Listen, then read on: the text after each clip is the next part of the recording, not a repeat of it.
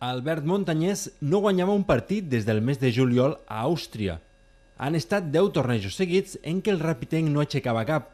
L'acumulació de derrotes l'han portat al lloc número 72 del rànquing de l'ATP, una posició molt baixa per a un jugador que va arribar a ser el 22 del món.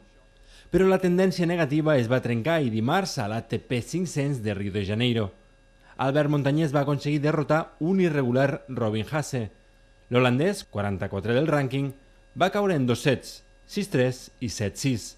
El de la Ràpita recupera així bones sensacions en la seva superfície preferida, la terra batuda. Però si va aconseguir fer saltar la sorpresa en primera ronda, el repte que se li presenta ara és molt més difícil.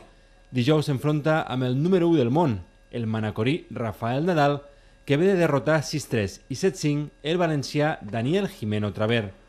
Nadal, que va disputar el seu partit 800 en el circuit professional, només s'ha enfrontat 2 vegades contra Montañés. Els 2 cops ha guanyat el manacorí.